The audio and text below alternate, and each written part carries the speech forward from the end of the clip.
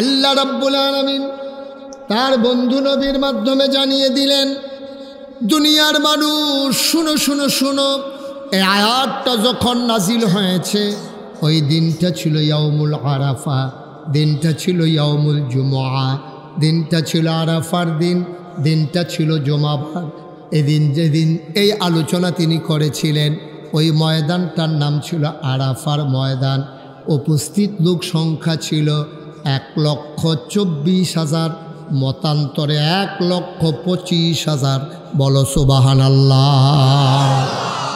1,25,000 সাহাবার সামনে আল্লাহর নবী একটা ডাক দিলেন। কোনো মাইকের ব্যবস্থা ছিল না, কোনো সাউন্ড সিস্টেম ছিল না, তিনি খোলা মুখে একটা ডাক দিলেন। সাহাবায়ে কেরাম কয়, প্রথম মানুষটা যেমন শুনেছে, একেবারে শেষ মাথায় যে মানুষটা ছিলাম আমরাও ঠিক হুবহু একরকম আওয়াজ শুনেছি। আল্লাহর নবী ডেকে কয়, শোনো, এইমাত্র আয়াত নাজিল হয়েছে, আল ইয়াউমা আকমালতু লাকুম দীনাকুম। আজকের এই দিনে আরাফার ময়দানে ইয়াউমুল জুমআতে আরাফার দিনে 1,25,000 মানুষের সামনে আকমালতু লাকুম, আমি তোমাদের জন্য পরিপূর্ণ করে দিলাম দীনাকুম, তোমাদের ধর্ম। ওয়া আতমামতু আলাইকুম নিআমাতি, তোমাদের জন্য আমার দেয়া নিয়ামত যথেষ্ট করে দিলাম। ওয়া রাদিতু লাকুমুল ইসলাম দীনা, আর তোমাদের জন্যে আল্লাহর পক্ষ থেকে মনোনীত একটা ধর্ম দেওয়া হলো, তার নাম হলো ইসলাম। বলো সুবহানাল্লাহ। তাইলে আমাদের রবকে, দিন কি? নবী মুহাম্মদুর রাসূলুল্লাহ সাল্লাল্লাহু আলাইহি। নবীর নাম শুনলে কি পড়তে হয়? দুই একবার না বারবার, দুই একদিন না প্রতিদিন, দুই এক সপ্তাহ না প্রতি সপ্তাহ, দুই এক মাস না 12 মাস, দুই এক বছর না সারা জীবন আমরা পড়ব সাল্লাল্লাহু আলাইহি ওয়াসাল্লাম। দিন পরিপূর্ণ, নিয়ামত যথেষ্ট, আর পরিপূর্ণ ইসলাম। দিনের নাম হচ্ছে ইসলাম। এই জন্য মাগরিবের পরে, ফজরের পরে আমরা যারা মাসনুন ওজিফা আদায় করি, যে দোয়াগুলো নবীজি শিখিয়ে দিয়েছেন, এর ভিতরে একটা দোয়া আছে, রাদিতু বিল্লাহি রাব্বাও ওয়া বিল ইসলামি দীনাও ওয়া বিমুহাম্মাদিন সাল্লাল্লাহু আলাইহি ওয়াসাল্লাম নবিয়্যাও ওয়া রাসূলা। সুবহানাল্লাহ বলবেন না? তাইলে দিন যেহেতু পরিপূর্ণ, নিয়ামত যেহেতু যথেষ্ট, তাইলে প্রমাণ হয়ে গেল দিন পরিপূর্ণ হয়ে গেল। আর পরিপূর্ণতার জন্যই নবী এসেছিলেন। তাইলে প্রমাণ হয়ে গেল যে এই জমানা, এই দুনিয়াতে মানুষ থাকবে, কিয়ামত পর্যন্ত মানুষ আসবে, কোনো দিন আর একজন নবী রাসূল আসবেন না। ঠিক কিনা? আমরা একমত সবাই? এই জন্যে নবীর 3টা বিখ্যাত উপাধি। তিনি ইমামুল মুরসালিন, তিনি খাতামুন নবিয়্যিন, তিনি রাহমাতুল লিল আলামিন। তার বিখ্যাত উপাধি হচ্ছে তিনি খাতামুন নবিয়্যিন। তার মাধ্যমে নবুয়তের দরজা বন্ধ। নিজেও বলেছেন, আনা খাতামুন নবিয়্যিন লা নবিয়্যা বাদি, আমি সর্বশেষ নবী, আমার পরে আর নবী নাই। সুবহানাল্লাহ বলবেন না? নবী আর আসবেন না, প্রমাণ হয়ে গেল। কিন্তু আল্লাহ তো মানুষ বানাবেন। এই মানুষগুলো কেমন করে সঠিক পথের দিশা পাবে? কেমন করে মানুষগুলো জান্নাতে যাবে? কেমন করে মানুষগুলো অন্ধকার থেকে আলোতে আসবে? কেমন করে মানুষগুলো গুমরাহি থেকে হেদায়েতে আসবে? কেমন করে মানুষগুলো কুফর থেকে ইসলামে আসবে?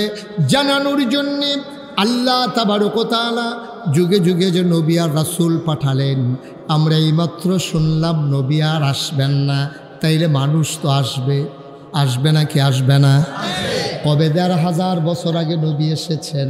এই জমানায় আমি মুশতাক ফয়েজি এসেছি, আপনারা সবাই এসেছেন। এখন নবী নাই, কিন্তু আমরা জান্নাতে যাওয়ার আশা করি, জান্নাতের পথ পেতে চাই, জাহান্নাম থেকে বাঁচতে চাই। কে করবে এই কাজ? নবীর ইন্তেকালের আগে আল্লাহর নবী ঘোষণা দিয়ে দিলেন, আল উলামা ওয়ারাসাতুল আম্বিয়া, ওলামায়ে কেরাম নবীর ওয়ারিস। যেই কাজটা আমি করতাম আমার পরে ওই ওলামায়ে কেরাম সেই কাজ করবে, ঠিক কিনা? ওলামায়ে কেরাম মসজিদের জুমার নামাজের আগে খুতবায়, ওই ময়দানের ওয়াজে, মাদ্রাসার ক্লাসে, ওই বিভিন্ন আলোচনায় নানানভাবে মানুষকে দ্বীনের পথে ডেকে ডেকে আনবে। যেখান থেকে আনবে সেই ময়দান, সেই মাহফিলের মঞ্চ যদি মাহফিলগুলো বন্ধ করে দেওয়া হয়, তাইলে বোঝা গেল মানুষকে জান্নাতে যাওয়ার ব্যবস্থা বন্ধ করে দেওয়া হয়, ঠিক কিনা? এইটাই হয়েছে গত 17টা বছর ধরে। আমরা খেয়াল করে দেখেছি, কোরআনের আলোচনাগুলো হতে দেয় নাই। মসজিদের মিম্বারগুলো থেকে যখন কোরআনের আলোচনা হচ্ছিল, ইমাম বদল করা হয়েছে। তাদের দলীয় নেতাকর্মীর মনোমত না হওয়ার কারণে মাইকগুলো কেড়ে নেওয়া হয়েছে মঞ্চ থেকে। যখন তাদের বিরুদ্ধে কথা চলে গেছে, সেই দিন একেবারেই গেছে। আমরাও জানি এই কোরআনের পথ, ইসলামের পথ কখনো ফুল বিছানো নয়, এ পথ কণ্টকাকীর্ণ। এই পথে চলতে গেলে পা রক্তাক্ত হবে, জমিন হবে রক্তের সাগর। আমরা এটা বিশ্বাস করি, এই দিনের পথে অবিচল আস্থা নিয়ে চলা শুরু করেছি। সুতরাং আজকে খাতাসানের মাহফিল থেকে সবাইকে সিদ্ধান্ত নিতে হবে, এই রকমই বাধা আসবে, এই রকম মামলা হবে, হামলা হবে, লড়াই হবে, প্রয়োজনে জেল হবে, জরিমানা হবে, ফাঁসি কাস্তে ঝুলা লাগবে, জীবন দেওয়া যাবে, ইমান দেওয়া যাবে না। রাজি আছো কিনা? হাত তুলে দেখা।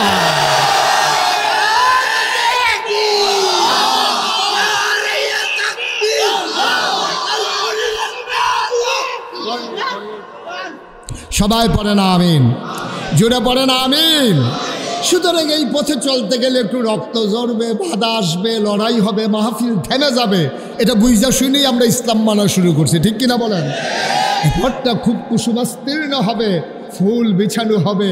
এ পথে শুধু স্লোগান পাবেন, প্রশংসা পাবেন, টিটকারি বস্তাশা করারও সুযোগ নাই। কারণ নবীজিকে কাফেররা ছাড়েন, আপনি কোন ছাই? আপনি কোন ছাই? আপনাকে ছেড়ে দেবে আশা করেন কেমনে? ১,৫০০ বছর আগে নবীজিকে কাফেরেরা ছাড়েন নাই, আপনাকেও কাফেরেরা ইসলামের বিরোধী শক্তি ছেড়ে দেবে না। এটাই হচ্ছে বাস্তবতা। বন্ধুরা আমার, ভাইরা আমার, নবী আর আসবেন না সিদ্ধান্ত হয়ে গেল। তাইলে ওলামায়ে কেরাম, মসজিদের ইমাম, হাক্কানি পীর, মাশায়েখ, বুজুর্গরা, মাদ্রাসার মুহতামিম, প্রিন্সিপাল, সবাই মিলে মানুষকে বুঝিয়ে বুঝিয়ে দ্বীনের পথে নিয়ে আসবে। কিন্তু সেই ১,৫০০ বছর আগের ইসলাম চুল পরিমাণ এদিক সেদিক করার কোনো ক্ষমতা নাই, ঠিক কিনা? ১,৫০০ বছর আগে যেই কোরআন এসেছে, এই যে গোলাপি রঙের শার্ট, এই ভাই আপনি কি শুরু করছেন? উনি দায়িত্ব পালন করতেছে, পুরাটা মাহফিল একটা লাড়া ফড়াই দিছে। আস্তে আস্তে ইশারা ইঙ্গিত। আমিন কন, জোরে কন আমিন। খুব সাবধান, সময় খুবই কম, কথা হারাই যেতে দেওয়া হবে না ইনশাআল্লাহ। আল্লাহ যেন কবুল করে, সবাই পড়ে না আমিন। তো রেজাল্ট কি দাঁড়ালো? আমরা কি জানলাম? দুনিয়াতে নবী আসবেন না, মানুষ আসবে, আর ওলামায়ে কেরাম সেই নবীর দায়িত্বটা পালন করবে, হাক্কানি পীর মাশায়েখেরা। কিন্তু তারা পথ দেখাবে নিজের মন মতো না, নিজের বাপ দাদার কেতাব দিয়া না, নিজের মন মতো কথা দিয়া না। তারা মানুষকে দ্বীনের পথে নিয়ে আসবে কোরআন দিয়া, নবীর সুন্নাহ দিয়া, ঠিক কিনা বলেন? কথা কয় না, ঠিক কিনা? এজন্য এই ১,৫০০ বছর পরেও কোরআনের একটা নক্তার পরিবর্তন হয় নাই, কোরআনের একটা জার জবরের পরিবর্তন হয় নাই, কোরআনের একটা অক্ষর, একটা শব্দের পরিবর্তন হয় নাই, কোরআনের একটা অর্থ পরিবর্তন হয় নাই। কারণ কিয়ামত পর্যন্ত এই কোরআনকে অবিচল রেখে এবং অবিকল রেখে এই কোরআন দিয়ে মানুষকে ডাকতে হবে। আর নবীর জীবনের যা কিছু কথা, যা কিছু চলা, যা কিছু সমর্থন, সবগুলোকে ওই ওলামায়ে কেরাম সংরক্ষণ করে রেখে দিয়েছেন। এইগুলো আমাদের পথ চলার পাথেও। আমিন বলবেন না? জোরে বলবেন না আমিন? তাইলে এই প্যান্ডেলে এখন যারা আমরা আছি, দাঁড়ানো বসা, আশেপাশে বাড়ি ঘরে যারা এখানে আছি, আমরা দোকানপাটে, আমরা সবাই কি জান্নাতে যেতে চাই? কথা কন, জান্নাতে যেতে চাই? সবাই মিলে যদি জান্নাতে যেতে চান, তাইলে এই জান্নাতে যাওয়ার জন্য নবীজি সুন্দর একটা প্রেসক্রিপশন দিয়েছেন, সুন্দর একটা কথা বলেছেন। যে 6টি কাজ জান্নাতের আমানত স্বরূপ। যদি 6টা কাজ, এটা জামানত। তুমি যেমন ব্যাংক থেকে লোন উঠাইতে গেলে তোমার এই জমিনটাকে জামানত হিসাবে রাখা লাগে, তোমার দলিলটাকে জামানত হিসাবে বাড়িটাকে বন্ধক দিয়া তুমি ব্যাংক থেকে লোন উঠানো লাগে। তুমি যদি 6টা জিনিস আমি নবীর কাছে জামানত হিসাবে দিতে পারো, আমি নবীজি তোমার জন্য জান্নাতটাকে আমানত হিসাবে রেখে দেব। সুবহানাল্লাহ বলবেন। কয়টা জিনিস? জোরে বলেন একটু, কয়টা? নবী বলছেন 6টা জিনিস যদি তুমি জামানত দিতে পারো, অর্থাৎ তোমার বাড়িটা যদি ব্যাংকে দিতে পারো, তাইলে তোমার আমি 5 লক্ষ টাকা দেব। তো নবী বলছেন তোমার 6টা জিনিস তুমি জামানত রাখবা, আর আমি তোমার জন্য আমানত রাখবো আল্লাহর জান্নাত। সুবহানাল্লাহ বলবেন না? তাহলে 6টা জিনিস দ্রুত জানা ফেলে অসুবিধা না সুবিধা? 6টা জিনিস আমরা খুব দ্রুত জানা ফেলবো। আবু হুরায়রা রাদিয়াল্লাহু তাআলা আনহু থেকে বর্ণিত, তিনি বলেন নবী করিম সাল্লাল্লাহু আলাইহি ওয়াসাল্লাম তার সামনে এরকম লোক বসে আছেন, অনেক লোকজন সামনে বসে আছেন, সবাইকে তিনি ডেকে বললেন, শুনো 6টা জিনিস তোমরা জামানত দাও, আমি তোমাদের জান্নাতের জিম্মাদার হব। তা আমরা যেমন পেরেশানি নেই, ওনাদের পেরেশানি ছিল, ওনারা জান্নাত চিনছে, জাহান্নাম চিনছে, আল্লাহর ভয় ছিল, তারা বিশ্বাস করত। আমাদের মানুষগুলো বিশ্বাস কতটুকুন করে আল্লাহই ভালো জানে। তো নবীজি বললেন কয়টা জিনিস না? 6টা জিনিস দাও, আমি তোমাদেরকে জান্নাতের আমানত হিসেবে আমি রেখে দেব। 1 নম্বরে 6টা জিনিসের ভিতরে 1 নম্বর হলো নামাজ আদায় করা। নামাজ, কথা কথা, নামাজ। এখন যে সবাই, আমি যখন জিজ্ঞেস করলাম জান্নাতে কি যেতে চান, সবাই চিৎকার করে দিচ্ছেন, শুধু হাত উঠাইতে বলি নাই বইলা বললাম উঠান নাই। কিন্তু এই প্যান্ডেলটার ভিতরে এখন যারা আছেন, মাগরিবের নামাজ কারা কারা পড়েন নাই, যদি আমি এখন জিজ্ঞেস করি আর সত্য যদি বলেন আর কি, তাইলে অর্ধেকের বেশি হাত উঠবে যে মাগরিবের নামাজ আপনি পড়েন না। যে ঠিক কইছে হ্যান্ড দিয়ে মনে হয় শুরু হয়েছে। না না, উনি ওই অন্যরা উৎসাহিত করার লেগা কইছে, উনি নামাজ ছাড়ি অন্য বেড়া না, উনি আন্দাজ করছে আমার তার লগে মিলছে ওনার ছাড়। ঠিক কিনা কন? আসলেও বাস্তবতাও তাই, অর্ধেকের বেশি মানুষ এখানে আমরা মাগরিবের নামাজ পড়ি নাই। হ্যাঁ, কথা বললাম না, অর্ধেকের বেশি নামাজ আমরা মাগরিবের পড়ি নাই এবং এশার নামাজ পড়ব না, এটার উপরে মোটামুটি নিশ্চিত আছে অর্ধেকের বেশি মানুষ। তা আল্লাহ বলছেন যদি জান্নাতে যেতে চাও 6টা জিনিস জামানত লাগবে। 1 নম্বরে যেটা কইছে এটাই তো অর্ধেকের নাই, অর্ধেকের তো এটাই নাই, আরও 5টা তো বাকিই রয়ে গেছে। এখন যদি এইটাই না থাকে তা আপনি কেমনে ঋণ পাবেন কেমনে? আপনার যখন কইছে যে ভাই আপনি এই কাগজপত্র নিয়ে আসেন, তাহলে আপনাকে লোন দেওয়া হবে, আপনি কাগজ ছাড়া গিয়েও যদি সারাদিন খেরুই থাকতেন তবে দিত না, তো দিত না। ওই যে যুদ্ধে, কথা শুনেন মন দিয়া, যুদ্ধের ভিতরে বাহিনী পরাজিত হয়েছে, সেনাপতিকে রাজমশাই ডাইকাই না কয়, যুদ্ধে হাল্লা কেন? আমার কি কম আছে? গোলা বারুদ কম আছে না? বন্দুক কম আছে না? সৈন্য কম আছে না? ক্যাডার কম আছে? ফিটাফিটি করুন না, সব আছে। এরপরে ফলাফাইনি আবার জিতে কেমনে? ফলাফাইনি এরপরে ফিটাফিটি করে জিতে কেমনে? তখন পুলিশে কয়, স্যার গুল্লি যে একটারে করিয়ে একটাই পরে আবার এসে আরেকটা দাঁড়ায়, কেউ দৌড় দেয় না। সুবহানাল্লাহ বলবেন না? তো পরাজিত হবে না তো হবে কি?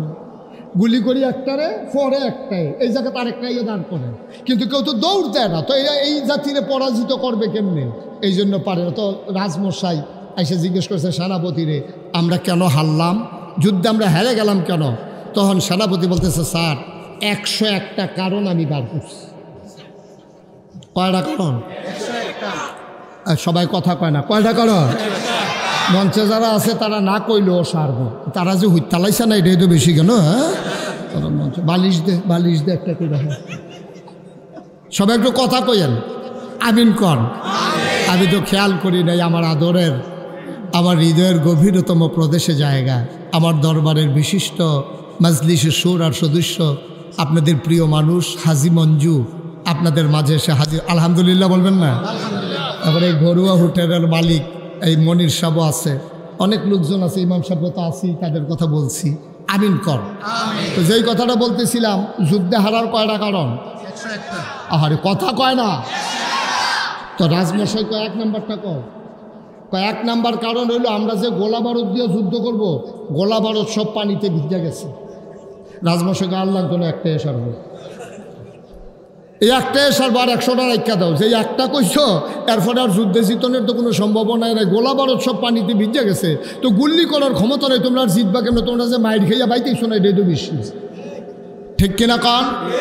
তাইলে আমরা 6টা জিনিস যদি জামানত রাখতে পারি, আল্লাহ নবী জান্নাত আমানত রাখবে। তাইলে 1 নম্বরের তো যখন ধরা খাইছি, বাহি 5টার আর দরকার নাই, রেডি হয়ে গেলাম জাহান্নামে যাওয়ানের লিগে।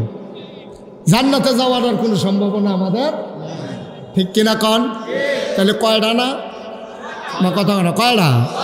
1 নম্বরে হলো বন্ধুরা আমার, ভাইরা আমার, একটা মানুষ যখন কয় লা ইলাহা ইল্লাল্লাহ মুহাম্মাদুর রাসূলুল্লাহ, আমি বিশ্বাস করে নিলাম আল্লাহ ছাড়া কোনো ইলাহা নাই, আল্লাহ ছাড়া কোনো মাবুদ নাই, আল্লাহ ছাড়া কোনো মাশুক নাই, আল্লাহ ছাড়া কোনো মওজুদ নাই, আল্লাহ ছাড়া কোনো মাকসুদ নাই, আল্লাহ ছাড়া আমার কেউ নাই, এটা যখন আপনি বিশ্বাস করলেন, মুহাম্মাদুর রাসূলুল্লাহ, মুহাম্মদ হচ্ছে আল্লাহর রাসূল, এই কথা বিশ্বাস যখন মানুষটা করল, জুমার আগে দিয়া জোহরের আগে একজন হিন্দু দিনের 12টায় ইসলাম গ্রহণ করল, 12:15 জোহরের আজান পড়ে গেল।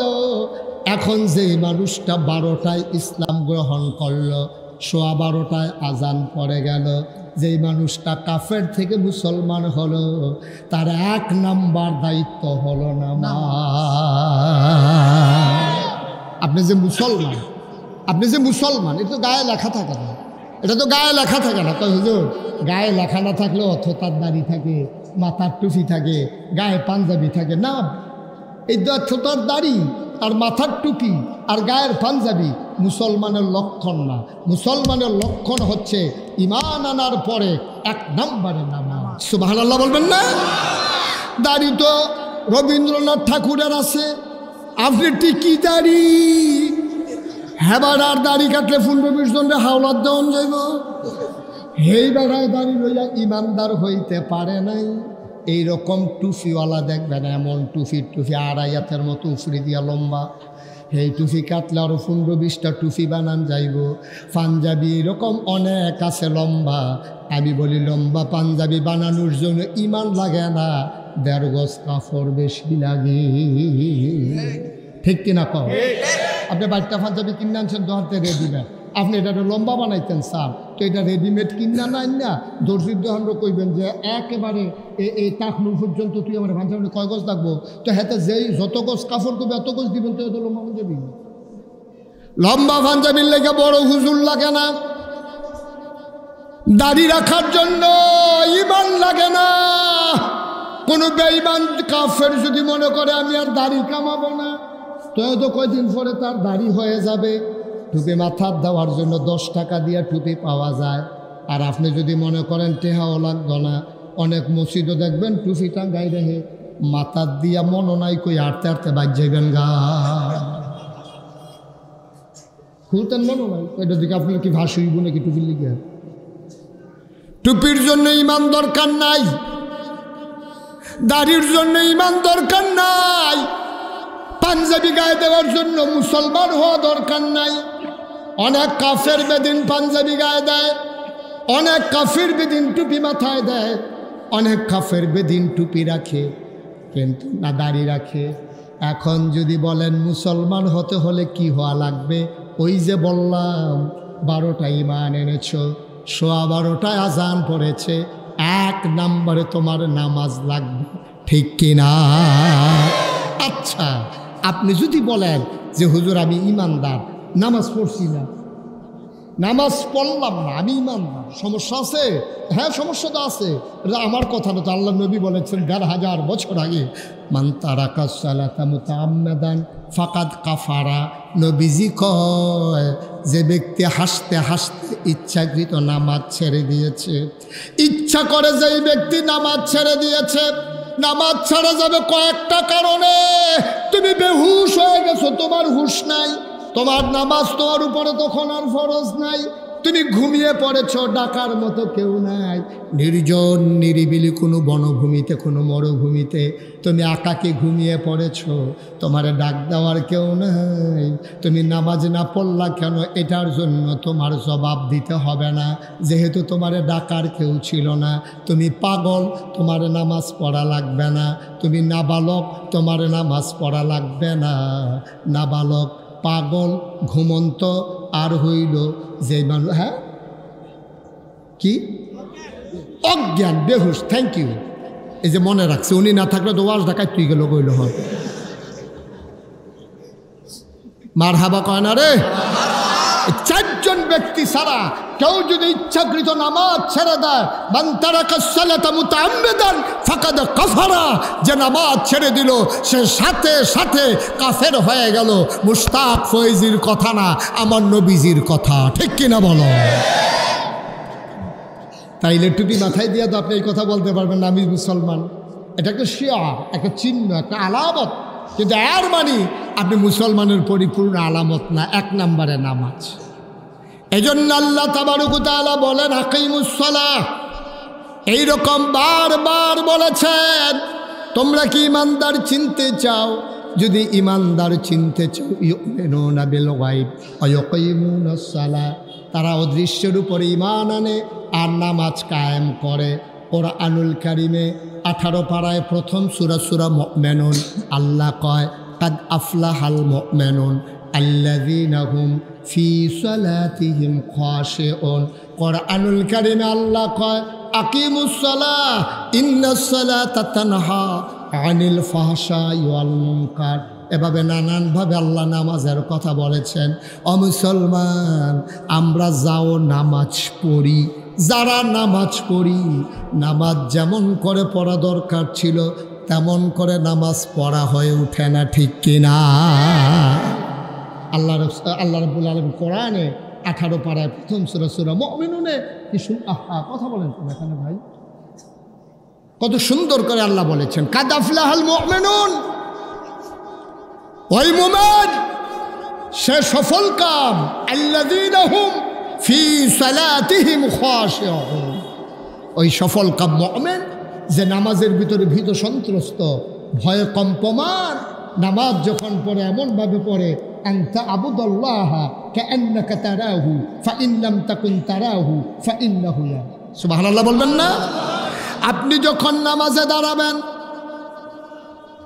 নামাজে যখন দাঁড়ালেন আগে ঠিক করে নেবেন আপনি কেন নামাজ পড়তেছেন।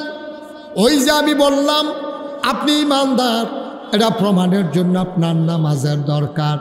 তাইলে আপনি আগে নিয়ত ঠিক করে নেবেন কেন নামাজ পড়বেন। এই জন্য আবাদত, যে কোনো আবাদত কবুল হওয়ার জন্য শর্ত হইল 3টা। 1 নম্বরে সহি নিয়ত, 2 নম্বরে সঠিক নিয়ম, 3 নম্বরে হালাল খাওয়া। কোনো আবাদতের ভিতরে এই 3টা জিনিস যদি না থাকে, মানুষটার আবাদত আল্লাহ পর্যন্ত পৌঁছবে না, ঠিক কিনা? আপনি নামাজ পড়বেন, কেন নামাজ পড়ছেন? আপনি যদি আমি জিজ্ঞেস করি আজকে নামাজ পড়ছেন কেন, আপনি বলবেন যে হুজুর আপনার মাহফিল হবে, খেতাসার মাহফিল আসছি, আজ যদি নামাজ না পড়ি তার নামাজ পড়াম কবে? সকলে নামাজ পড়তেছে, আমিও নামাজ পড়ছি। আপনি নামাজ ফরজ এই জন্য পড়েন না। যদি আপনার উপরে নামাজ ফরজ এই জন্য যদি আপনি নামাজ পড়তেন, আপনার গলায় ছুরি আসতো, আপনি নামাজ ছাড়তে পারতেন না, ঠিক কিনা? কেউ আপনার নামাজ ছাড়াইতে পারত না। আপনি ছেড়ে দেন কেন? আপনি ফরজ বুঝেন না। আপনি সামাজিক নামাজ পড়েন, আপনি রাজনৈতিক নামাজ পড়েন, আপনি এই ব্যক্তিগত নামাজ পড়েন। এই নামাজ আপনি আল্লাহর জন্য পড়েন না, অথচ আল্লাহ কোরআনুল কারীমে নকিবে থেকে বলেন কুল হে রাসূল আপনি বলে দেন ইন্না সালাতি ওয়া নুসুকি ওয়া মাহইয়ায়া ওয়া মামাতি লিল্লাহি রাব্বিল আলামিন। নবীকে বলতেছে, নবীকে আপনি যাই করবেন আপনি বলে দেন ইন্না সালাতি আমার নামাজ, ওয়া নুসুকি আমার কোরবানি, ওয়া মাহইয়ায়া আমার জীবন, ওয়া মামাতি আমার মরণ। অর্থাৎ জীবন মরণের মাঝামাঝি আমার ব্যক্তি জীবন, আমার পারিবারিক জীবন, আমার সমাজ জীবন, আমার রাজনৈতিক জীবন, আমার ইন্টারন্যাশনাল রিলেশন, আমার অর্থনৈতিক জীবন, যা কিছু কেবলমাত্র শুধুমাত্র একমাত্র লিল্লাহি রাব্বিল আলামিন, আল্লাহ রাব্বুল আলামিনের জন্য, ঠিক কিনা কর? তাহলে আমি কাপড় পরব ওইভাবে যেই কাপড় পরলে নবীর তরিকা অনুযায়ী হয় এবং আমার আল্লাহ সন্তুষ্ট হয়, ঠিক কিনা বলেন? আমি নামাজ পড়ব এইভাবে যে নামাজ হবে শুধুমাত্র আল্লাহর জন্যে, দুনিয়ার কাউকে দেখানোর জন্য না। আমি বলছিলাম আমাদের নামাজ নানান কারণে হয়।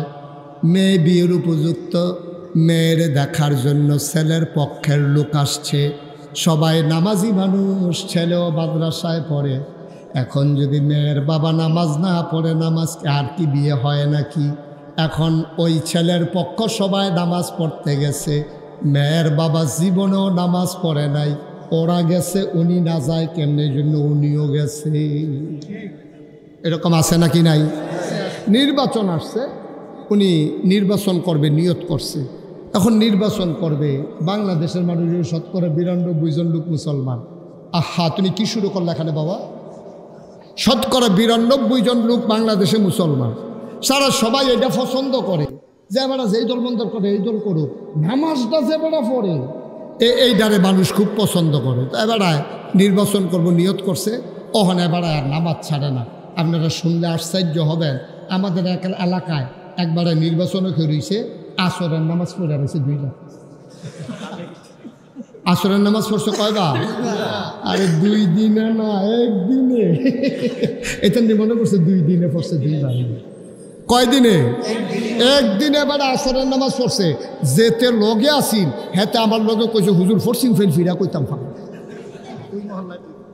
ফোর্সিং ফাইল ফিরা কইতাম পারাম হুজুর। আমি মিশা কথা কই, কিন্তু এই ব্যাপারে মিশা কথা কইতাম না, হেতে আমার কয় আমি অনেক মিশা কথা কই, কিন্তু হুজুর এই ব্যাপারে আমি মিশা কথা কইতাম না, ফোর্সিং ফাইল ফিরা কইতাম পারাম। এবারে 2 বার আসরের নামাজ পড়ছে।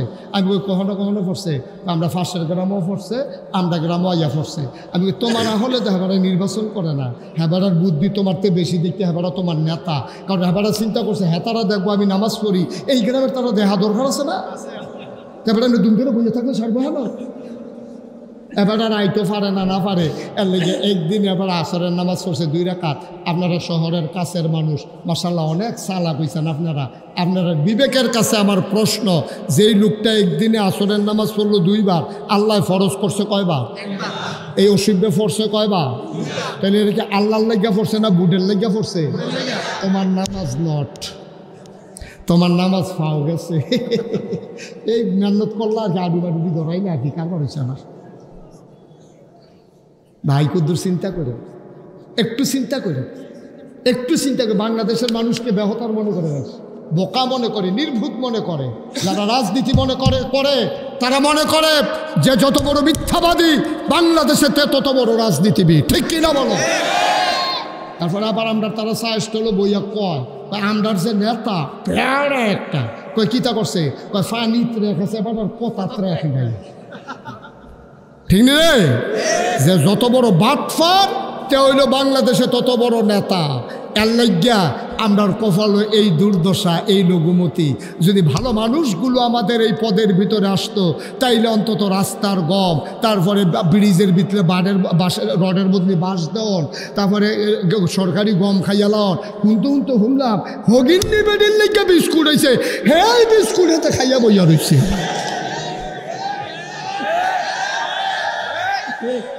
ছাড়া পড়েছে মনে না কোথাও বাবা। আল্লাহ দেখা রে, আল্লাহ দেখা হলো বাচ্চার ইসত। আর নইলে আমরা কোনো থাকার কথা না, ঠিক কিনা কথা বলা, ঠিক কিনা? আমি চান্দিনা মাহফিলে গেছিলাম 5-6 বছর আগে।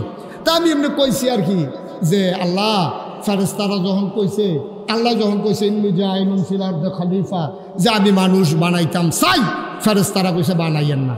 কয় কে রে বানাইতাম না কে রে? কই অসুখের দলে মারামারি করবো, কাটাকাটি করবো, ঝগড়া বিবাদ করবো, হ্যাঁ তার জমিন দখল দিয়া লাগবো, লাইল ঠেলতে সীমানা ঠেলতে আরেকবারের ভিতরে আধা ঘন্টা ঢুকতে লাগবো, এই কারবার করবো। মানুষ বানাইবেন, বুটের বাক্স লইয়ে উঠতে দিব দৌড়। আমি এই কথা কইছি, পরে মাহফিলের সব লোক দাঁড়াই গেছে। আমি কি তো দাঁড়াইছেন কিরে, কই হলো আওয়াজ করেন না, ওখানার বাক্স লইয়া দৌড়ি নেই।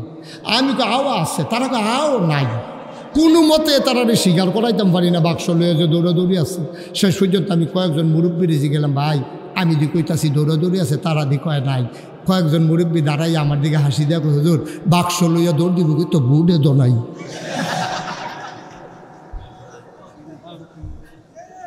বুট থাকলে না দৌড় দিত লাগেনি আপনার সহালে বুট দিতে উঠে গেছেন রাস্তাতে ফিরাইয়া পড়ছেন না তারা কইয়া দিচ্ছেন আইসি তাদের কারবার সাইড আলাই সিরাইতে ঠিক কিনা ক আহারে মুসলমান আমরা দিলে আর পরেও মুসলমান আরে আমরা যদি আর পরেও মুসলমান তাই তো শয়তানের সমস্যাটা কি শয়তানের দুষ্টা কি তা শয়তানের আমরা আর পরেও মুসলমান মানুষের অধিকার হরণ করেছ সম্পদ লুণ্ঠন করেছ রাস্তার গম খেয়েছ চাঁদাবাজি করেছ মন যা চায় তাই করেছ যেই জেলখানার ভিতরে থাকা দরকার ছিল গুন্ডা বদমাইশ ওই জেলখানাগুলো আলেম ওলামারা ভরে দিয়েছ আর মিথ্যা ট্রাইব্যুনাল সাজাইয়া মিথ্যা সাক্ষী দিয়া যারা আল্লাহর জমিনে আল্লাহর আইন কায়েম করতে চায় তাদেরকে ফাঁসি কাস্টে ঝুলিয়েছ ঠিক কি না বলো এখন 50-50 একচেটিয়া গোল আর হবে না খেললা গোল দিয়া যাওয়ান লাগবো ও যে তারা খেলবো সে তারা তো নাই বিপদ কি এক জায়গা যারা কইছে খেলা হবে হ্যাঁ তো নাই এক সাইডটা গোল ইতিহাসে হবে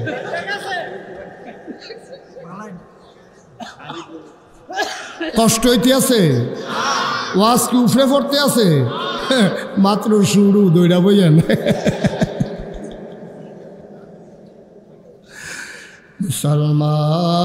মুসলমান কয়টা জিনিস কয়টা এক নম্বরে নামাজ ওই নামাজ তোমাকে পড়তে হবে আনতা আবুদাল্লাহা কাআন্নাকা তারাহু ফাইন লাম তাকুন তারাহু ফাইন্নাহু ইয়ারাক এমনভাবে তুমি নামাজ পড়বা যেন তুমি তোমার আল্লাহকে দেখ সুবহানাল্লাহ কয় না আল্লাহু আকবার আপনি নামাজের নিয়ত করছেন দুনিয়ার খবর নাই ছেলেমেয়ের খবর নাই বাড়িঘরের খবর নাই বিবি বাচ্চার খবর নাই অফিসের খবর নাই কোন দিক দিয়া কে আসলো গেল কোনো খবর নাই যেন তুমি এমনভাবে নামাজ পড়ো যেন তুমি তোমার আল্লাহকে দেখতেছো সুবহানাল্লাহ কয় না আর আপনি যদি কোন হুজুর জীবনে তো অনেক নামাজ পড়লাম আল্লাহকে তো দেখি না দেখবা কেমনে রে ভাই 30 বছর বয়সেই বেড়ায় চোখ দিয়া খুব ভালো দেখছে কেউ শুয়ের ভিতরে সুতা ডুহাইতে পারে না এবার কয় আমার কাছে দে আমি পারিওয়ালা এবারায় দেখে ভালো এই বেড়াটারও যখন 60 বছর বয়স হয়েছে অহন এবারায় একজনের দুইজন দেহে কেউ আটটা যাইতে লইলে কয় ক্যাডারে তোরা দুইজন একটা যাস কয় আমি একলায় না আসেনি এরকম হয়নি আমার কথা কেন এরকম হয়নি এখন চোখ এবার দুইটা দেহে লম্বারে বাইটটা দেহে বাইটটারে লম্বা দেহে একতলা বিল্ডিং রে 2 তলা দেহে রাস্তাটা ফাঁস দেহে রিক্সাটা দূরে দেহে আসলে রিক্সার লোক এবার ঘষা খাইতে আছে এরকম চোখে নানান সমস্যা দেয় কারণ কি এবার যদি 30 বছর বয়সে শুইয়ার কেমন সুতা ডুহান লাগবো এটাও দেখছে ওহন দিয়ে এবার এরকম দেখে গেলে কয়েকবার চোখের মধ্যে পর্দা পড়ছে এইটারে এবারে আলে করছে বিশ্বরোড চক্ষু হাসপাতালও নেওয়ান লাগবো নিয়ে আসে এবারে অপারেশন করে পর্দার সানি কাটান লাগবো পর্দা কাটান লাগবো তাইলে এবার আগের থেকে দেখবো তাইলে আল্লাহ দি কয় আনতা আবুদাল্লাহ নবীজি কয় আনতা আবুদাল্লাহ কাআন্নাকা তারাহু তুমি এমনভাবে নামাজ পড়ো যেন তুমি তোমার আল্লাহরে দেখতেছো খাতা সারের তারা কয়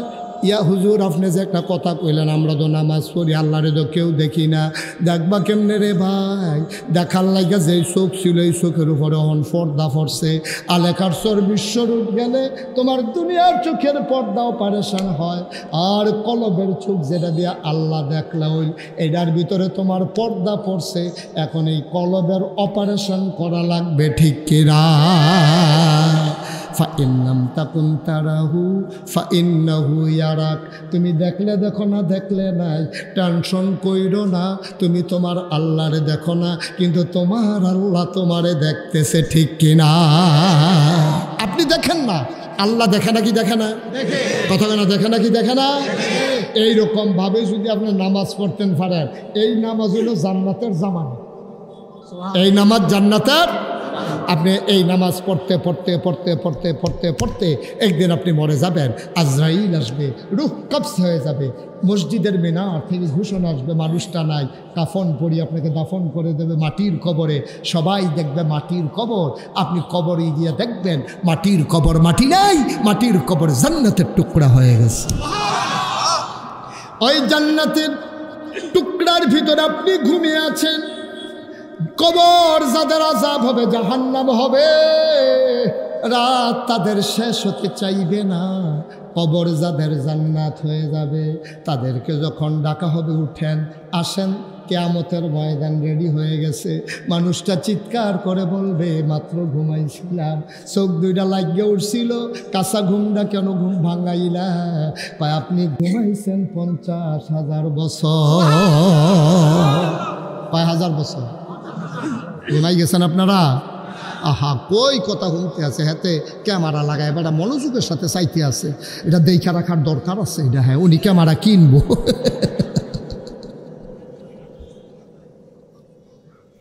কয় বছর রে? কয় বছর? ডাক দিছে উঠেন, কবরে আর কত ঘুমাইবেন, উঠেন। বান্দা লাভ দিয়া কষালন দিয়া ঘুমারে করছো কি, তা ডাক দিছ, কাঁচা ঘুম ভাঙিয়ে গেছে গা। লাগছে ফেরেশতাকে, ভাই সাহেব কোন কি আপনি, আপনার ট্যালেন্ট চাইছেন, আপনি কয় বছর ঘুমাইছেন? কয় বছর? কয় 50,000 বছর ন্যূনতম আপনি ঘুমাইছেন, এর থেকে বেশি হবে কম হবে। সুবহানাল্লাহ বলেন না? কিয়ামতের ময়দানে উঠানো হবে, আল্লাহ ডাক দিয়া বলবেন এই দুনিয়ার ভিতরে অনেক কষ্ট করছো রে বান্দা, শীতের সকালে যখন মসজিদের মিনার থেকে ঘোষণা আসছে আসসালাতু খায়রুম মিনান নাওম, বিদেশি ছেলের পাঠানো কম্বল মুড়ি দিয়ে তুমি ঘুমাও। আর যখন আজান পড়ে গেল হাইয়া আলাস সালাহ হাইয়া আলাল ফালাহ, ডাকা হলো আসসালাতু খায়রুম মিনান নাওম, আবার তুমি লাফ দিয়ে ওইটা ঠান্ডা পানি দিয়ে ওযু করা বুড়া মানুষ, তুমি থরথর করে কাঁপতে কাঁপতে মসজিদে গেছো। আল্লাহ ডাক দেয়া বলবেন বান্দা, ও বান্দা আয় আয় আয়, সারাটা জীবন অনেক কষ্ট করছো, সারাদিন জমিনে কাজ করছো, রিক্সা চালাইছো, ঘেমে গেছো, এই গরম শরীরটা লইয়া চামড়াটা পোড়া লইয়া মসজিদে গিয়া নামাজ পড়েছো, কত আর কষ্ট করবা, আসো আসো আসো আসো আমার আরশের ছায়ার নিচে। সুবহানাল্লাহ, আমার আরশের ছায়ার নিচে বসো। আল্লাহ নবী আল্লাহ রাব্বুল আলামিন তোমারে বান্দারে ডাক দিয়া নিয়ে আরশের নিচে বসাবেন। আবার আল্লাহ বলবেন যাও, হিসাব নিকাশের দরকার নাই, তুমি জান্নাতে চলে যাও। জান্নাতের ফেরেশতারে দোয়ান আইসা ডাক দিয়া বলবে আসেন আসেন আসেন, ধইরা ধইরা তোমারে জান্নাতের দরজায় নিবি। জান্নাতে হুর গালমানেরা হাতের ভিতরে গলার মালা নিয়ে দাঁড়াই থাকবে, ফুলের মালা নিয়ে। তোমারে যখন দেখবে ওই জান্নাতের হুরেরা ডাক দিয়া বলবে আহলান সাহলান মারহাবা, মোস্ট ওয়েলকাম, আমাদের জান্নাতে আপনাকে স্বাগতম। সুবহানাল্লাহ কয় না? যদি ওই জিম্মা নিতে পারো, ওই রকম নামাজ যদি তুমি পড়তে পারো। আবার যার যার হিসাব শেষে মিলান। আপনি যে মাগরিব পড়েছেন কেমন করে পড়েছেন? মাহফিলের দিন লম্বা সুরা লইলে সারবো, কোনো মতে পড়ালাম। আপনি নামাজ পড়ে সেরে উঠতে দিচ্ছেন, দৌড় হুজুরে উঠতে লাগবে মাগরিবের পরে, কি আর নামাজ। আর আরেকটা তো নামাজ ছাড়ে দৌড় দিয়া লাইছে, এই দৌড় দিয়া সেটা মাহফিল কুম্বালার সামনে জায়গা পাওয়া যায় না, না যায় ভাই সাহেব, এটি নামাজ না তো। নামাজ কারে কয়? শুনতে মন চায়? আমার কথা কেন শুনতে মন চায়? আব্দুল্লাহ ইবনে মাসউদ রাদিয়াল্লাহু তাআলা আনহু, যাকে বলে রাইসুল ফুকাহা, যিনি ফকিদের নেতা, যিনি ফতুয়াবাজ, তিনি সবচেয়ে বড় ফতুয়াবাজ। বাংলাদেশও গালি দেও ফতুয়াবাজ কইয়া, আর আব্দুল্লাহ ইবনে মাসউদ ফতুয়াবাজ, উনি প্রাউড ফিল করে, উনি গর্ববোধ করে। পৃথিবীর মানুষ তার আখ্যা দেয় সবচেয়ে বড় ফতুয়াবাজ তিনি, নাম হইল আব্দুল্লাহ ইবনে মাসউদ। বলো সুবহানাল্লাহ। আব্দুল্লাহ ইবনে মাসউদ তিনি ঘরের ভিতরে, একটা কথা মনে রাখবেন, নফল নামাজ পড়বেন বেশি বেশি ঘরে, আর ফরজ নামাজ পড়বেন মসজিদে গিয়া। অনেক মানুষ এই নফল ফরজ সব ঘরে মসজিদে পড়ে না। আপনি নফল নামাজ বেশিরভাগ ঘরে পড়বেন, এতে হয় কি ঘরটা তাজা থাকে। মৃত মানুষের ঘর হয় না, এজন্য সুন্নত নফল এগুলা ঘরে পড়বেন, ফরজ পড়বেন মসজিদে গিয়ে। তা আব্দুল্লাহ ইবনে মাসউদ তিনি ঘরের ভিতরে নামাজে খুব খেয়াল করেন, চিকন কথা, নামাজে দাঁড়াইছে, আল্লাহু আকবার, আকবর। এখন নামাজে দাঁড়াইয়া আমরা তো ছোটো সূরা বিচারি, আর ওনারা পড়তো সবচেয়ে বড় বড় সূরা যেগুলো মুখস্থ থাকতো, কারণ ওনারা বিশ্বাস করতো কোরআন তেলাওয়াত মানে শুধু কোরআন তেলাওয়াত না, কোরআন তেলাওয়াত মানে হচ্ছে মাওলার সাথে কথা বলা। সুবহানাল্লাহ বলবেন? তো কথা মাওলার সাথে কথা বলবো, তো বলবো কার সাথে? এখন লম্বা সূরা নিয়া আব্দুল্লাহ ইবনে মাসউদ নামাজে দাঁড়াইছে, আল্লাহু আকবার। নামাজ শুরু করেছে, সূরা ফাতিহা পড়েছে, লম্বা সূরার সাথে মিলাইছে, পড়তেই আছে, গাল বেয়ে বেয়ে চোখ বেয়ে বেয়ে টপ টপ করে পানি পড়তেছে। হঠাৎ করে ঘরের ভিতরে একটা সাপ ঢুকছে। কি ঢুকছে? বা কথা কয় না, কি ঢুকছে? ঘরের ভিতরে যখন সাপ ঢুকছে, এখন আব্দুল্লাহ ইবনে মাসউদের ওয়াইফ, ওনার বিবি, ওনার স্ত্রী সাপ সাপ সাপ বলে জুড়ে চিৎকার শুরু করছে। চিৎকার শুই না পাশে আশেপাশে ঘরের যত মানুষ আছে সব দৌড়াই আসছে সাপ মারার জন্য। আব্দুল্লাহ ইবনে মাসউদ না কি করে? নামাজ পড়ে। মা কথা হয় না, কি করে? একেবারে সত্য মনের কথা কইবেন, হ্যাঁ, কোনো লুকোচুরির দরকার নেই। এইরকম আপনি ঘরে নামাজ পড়তে আসেন, আপনার ওয়াইফে যদি কয় সাপ সাপ সাপ, আপনি কি নামাজের নিয়ত বান্ধা রাখবেন না ছাইড়া দিবেন? ছাইড়া দিয়ে কি খেলুই থাকবেন না? সামনের দরজা দিয়ে দুপুরে বাড়ি ফিরে যাবেন গা? একটা দৌড়াদৌড়ি শুরু হয়ে যাবো গা। আব্দুল্লাহ ইবনে মাসউদ নামাজ পড়ে আর উনি চিৎকার করতেছে সাপ সাপ সাপ। এবার ঘরের চতুর্পার্শ্বে যারা বাসিন্দা ছিল, প্রতিবেশী ছিল, সবাই মিলে এসে সাপটারে পিটাইয়া মারছে। এখন সাপ মারা যাওয়ার পরে আমাদের দেশে দেখবেন গবেষণা হয়, এটা কি সাপ, তারপরে সাপের নমুনা কিতা, আইলো করতে কত বড়। তো একজন আইসের কাছে সাপটা মাফ, তো মাইপা দেখছে 4.5 2 আঙ্গুল হয়েছে। 4.5 কয় আঙ্গুল? কথা কয় না, এবার কথা কয় না। 4.5 কয় আঙ্গুল? 4.5 2 আঙ্গুল হয়েছে সাপ। বাইপাশের এখন গবেষণা শুরু হয়েছে। আরেকবার মুরব্বী আইসের কয় খাইয়া লাগবে বাচ্চা গেছ জাতি সাপ।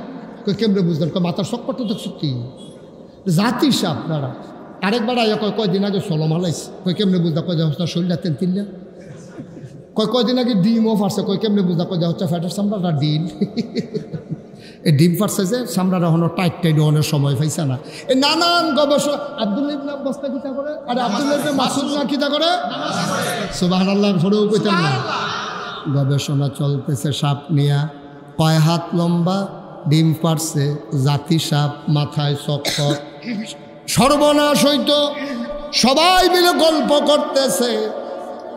ভাই যিনি ঘরের মালিক তিনি আব্দুল্লাহ ইবনে মাসউদ নামাজ পড়তেছে। নামাজ শেষ হয়ে গেল, গবেষণা তখনও চলতেছে। আব্দুল্লাহ ইবনে মাসউদ নামাজ শেষ করে ডাক দেয়া, কই গেলা? বেগম সাহেব কই? আমি তো এখানেই আছি। কই জলদি করে খাবার দাও, পেটে বড় খিদা।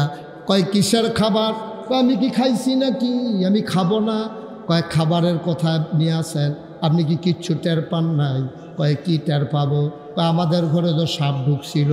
আমি কেমনে বলবো? আমি না নামাজ পড়তে আসি।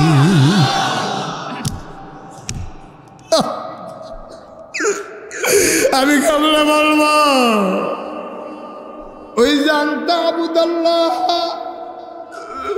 কান্নাকা তারাহু ফাইন লাম তাকুন তারাহু ফাইন্নাহু ইয়ারাক। নামাজ কারে কয়? আব্বা শুনে যাও, জীবনে তো কত নামাজই পড়ছো। নামাজ কারে কয়? শুনে যাও নামাজ কারে কয়? আব্দুল্লাহ ইবনে মাসউদ কয় ঘরে সাপ, আমি কেমনে বুঝবো আমি না নামাজে? ওনার বেগম সাপ ডাক দিয়া কয় নামাজ পড়লে কি মানুষের দিন দুনিয়ার খবর থাকে না? কত মানুষ চিৎকার করলো, কত মানুষ আমাদের ঘরে আইসা ঢুকলো, চিৎকার চেঁচামেচি হলো, সবাই মিলে পিটাইয়া সাপ মারলো, শত শত মানুষ জমা হয়ে গেল। নামাজের ভিতরে কি মানুষের কানে শুনে না? কান কি বন্ধ থাকে নাকি? আপনি কি কিচ্ছু টের পান নাই? আপনি কি বুঝেন নাই? এবার আব্দুল্লাহ ইবনে মাসউদ বসে বসে কাঁদতেছেন। বেগম সাহেব ডাক দেয়া কয় কান্দেন কেন? এবার আব্দুল্লাহ ইবনে মাসউদ কয় বিবি গো, নামাজের ভিতরে যদি সবই টের পাইলাম, কিসের নামাজ পড়লাম?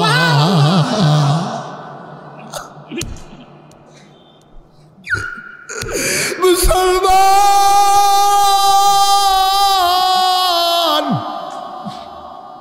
ও কাতাসারের মুসলমান, এই কথাগুলা দীর্ঘদিন তোমাদের কাছে বলতে পারি না, বড় বুকে বড় ব্যথা। জমানো অনেক কথা, বলা হয় নাই, বলতে দেওয়া হয় নাই। আল্লাহ তাবারক ওয়া তাআলার ফয়সালা, কঠিন ফয়সালা। সবাই মিলে স্লোগান দিল, দফা এক, দাবি এক, পদত্যাগ পদত্যাগ। 5ই আগস্টের আগ পর্যন্ত আমি কোনো মানুষের কণ্ঠে শুনি নাই, কোনো মানুষের মুখে শুনি নাই দেশ ত্যাগ করতে হবে, এই কথা আমি কাউকে বলতে শুনি নাই। কোনো ছাত্র সমন্বয়ক বলে নাই, কোনো রাজনৈতিক নেতা বলে নাই, মসজিদের কোনো ইমাম বলে নাই, মসজিদের কোনো খতিব বলে নাই, কোনো মিছিল মিটিং হয় নাই যে দেশ ত্যাগ এই কথা বলে নাই। সবাই বলেছে দফা এক, দাবি এক, পদত্যাগ পদত্যাগ। আল্লাহ কয় না না না, আমার ফয়সালা কঠিন ফয়সালা, দফা এক, দাবি এক, দেশ ত্যাগ দেশ ত্যাগ। কথাগুলো থামিয়ে দিলে জাতির ক্ষতি হয়, কথাগুলো থামিয়ে দিলে ব্যক্তির ক্ষতি হয়, পরিবারের ক্ষতি হয়, কোনো একটা মহলের হয়তো ফায়দা হয়, কিন্তু আপামর জনতার বড় ক্ষতি হয়। দ্বীনের কথা শুনতে না পারলে ইমান তাজা হয় না, ইমান তাজা না হলে সমাজ সুন্দর হয় না, ঠিক কিনা বলো? মুসলমান মন দিয়ে শোনো, লম্বা কথা আর বলবো না।